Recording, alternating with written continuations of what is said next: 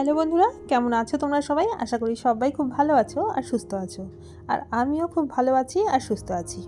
বন্ধুরা, আজকে আমার ভিডিওতে তোমাদেরকে আমি দেখাবো যে কিভাবে আমাদের কয়েকটা অভ্যাসের ফলে আমরা আমাদের রান্নাঘর সবসময় পরিষ্কার পরিচ্ছন্ন রাখবো, চকচকে রাখবো, আর তার সাথে ফ্রিজটাও কিন্তু আমরা পরিষ্কার পরিচ্ছন্ন এবং চকচকে রাখতে পারবো।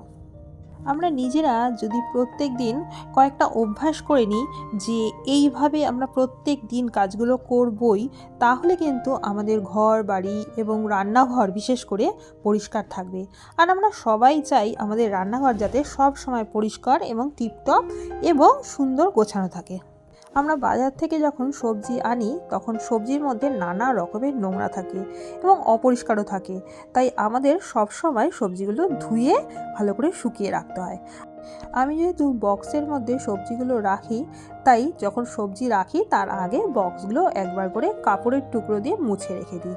আর এখানে দেখো আমি ফ্রিজটাকেও কিন্তু পুরো পরিষ্কার করে রাখছি, কারণ সবজি রাখতে রাখতে ফ্রিজের সেই অংশগুলো কিন্তু নোংরা হয়ে যায়।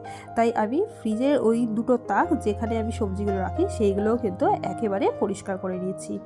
আর যেহেতু আমি রান্না করা খাবারও ফ্রিজের মধ্যে রাখি, তা যেখানে আমি খাবারগুলো রাখি সেইগুলো কিন্তু প্রত্যেক দিনই আমি ভেজা কাপড়ের টুকরো দিয়ে পরিষ্কার করে রাখি। এবার আসছি রান্নাঘরে। রান্নার শেষে আমাদের প্রত্যেক দিন কী করতে হবে, এই যে গ্যাসের ঝিকগুলো আছে সেইগুলো ভালো করে মেজে রাখতে হবে। আগে আমি কি করতাম জানো তো, এই যে রান্নার ঝিকগুলো সেগুলো পরিষ্কার করতাম না, মানে প্রত্যেক দিন মাজামাজি করতাম না, সপ্তাহে একদিন মাজতাম। তার ফলে কি হয়েছে, আমার এই স্টিলের দুটো ঝিক একদমই নোংরা হয়ে গেছে। তোমরা সেটা দেখলেই বুঝতে পারছো, কালো কালো হয়ে যাচ্ছে। কিন্তু এখন আমি কি করি, প্রত্যেক দিন দিনে একবার অন্তত এই ঝিকগুলোকে ভালো করে সার্ফ দিয়ে পরিষ্কার করে রাখি। হয় সকালবেলা করি, না হলে রান্নার শেষে করি। রান্নার শেষেই বেশিরভাগ সময় করার চেষ্টা করি।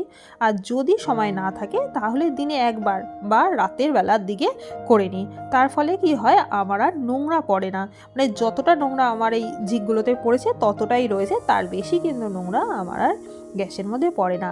আর তার ফলে কি হয়, নিজের মনটাও কিন্তু বেশ ভালো লাগে। গ্যাস সবসময় পরিষ্কার করা থাকলে কি, রান্না করতে আসলে আমাদের রান্না করতেও কিন্তু বেশ ভালো লাগে। তারপরে চলে আসলাম এই টাইলস আর কাউন্টার টপে। টাইলস আর কাউন্টার টপও কিন্তু প্রত্যেক দিন একবার করে অন্তত মুছে নেওয়া উচিত। সেটা তুমি সকালবেলাও করতে পারো বা রান্না শেষও করতে পারো, বা দিনে একবার যেই সময়টা নিজেরা পাবে সেই সময়টা করে নিতে পারো।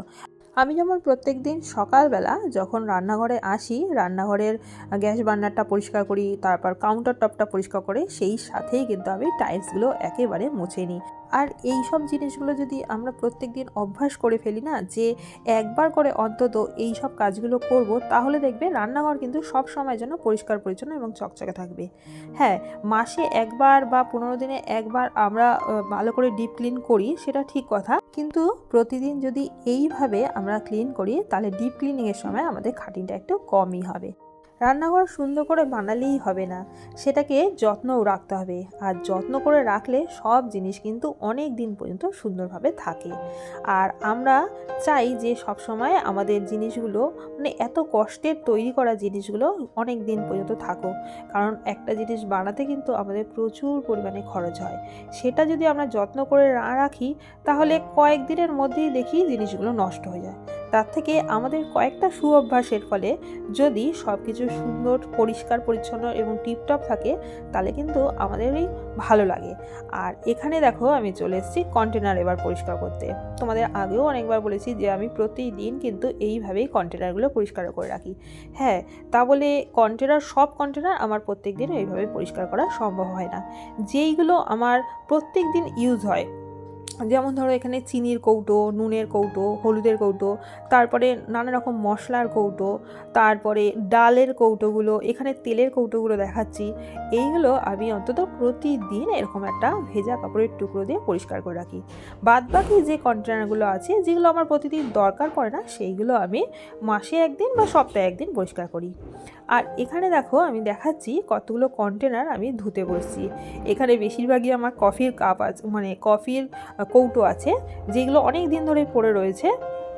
তা এইগুলো আমি কি করব, পুরো ধুয়ে রেখে দেবো, কারণ এরপরে আমার প্রচুর এগুলো কাজে লাগবে।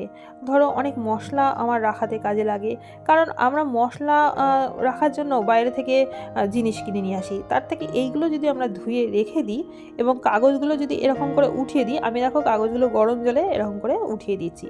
তা এইগুলোর ফলে রেখে দিলে, এগুলো ধুয়ে রেখে দিলে আমাদের বাজার থেকে আর কন্টেনার কিনে আনতে হবে না, এইগুলোই সুন্দর কাজে লাগবে। আর বাজার থেকে কন্টেনার কিনতে গেলে টাকাটাও কিন্তু অনেকটা খরচ হয়, সেই টাকাটাও কিন্তু অনেকটা সাশ্রয় হয়ে যাবে। আর এই কন্টেনারগুলো আমি এখন ধুয়ে ভালো করে মুছে রেখে দেবো। এই কন্টেনারের মধ্যে কিন্তু আমি একটা হ্যান্ড ওয়াশের বোতলও ধুয়ে নিচ্ছি। সেই হ্যান্ড ওয়াশের বোতলটা আমি কি কাজে লাগাই তোমাদের এখন বলি। আমি ওই হ্যান্ড ওয়াশের বোতলটা যেহেতু শেষ হয়ে গেছে হ্যান্ড ওয়াশটা, তা আমি কি করি, বাজার থেকে যখন ওই লিকুইড সোপ বারগুলো আছে না, যেটাতে আমি বাসনগুলো মাজি, ডেটল, তারপর আরও পিল এইগুলো থাকে, তা সেইগুলো যখন প্যাকেটে নিয়ে আসি, তা ওই কন্টেনারের মধ্যে, মানে ওই হ্যান্ড ওয়াশের মধ্যে রেখে দিই। বন্ধুরা, শুধু রান্নাঘরের যত্ন নিলে হয় না, তার সাথে কিন্তু নিজের যত্নও নিতে হয়। আমি রান্নাঘরে সবসময় নিজের জন্য একটা জলের বোতল রেখে দিই। রান্নার কাজের মাঝে যখন আমার জল তেষ্টা পায়, তখন কিন্তু এইভাবেই আমি জলটা খেয়ে নিজের যত্নও রাখি। তা বন্ধুরা, আজকের মতো ভিডিওটা এখানেই শেষ করলাম। আশা করি ভিডিওটা একটু হলেও ভালো লেগেছে, আর যদি ভালো লেগে থাকে তাহলে প্লিজ একটা লাইক করো, কমেন্ট করো, সাবস্ক্রাইব করে দিও। তাহলে আজকের মতো টাটা, বাই।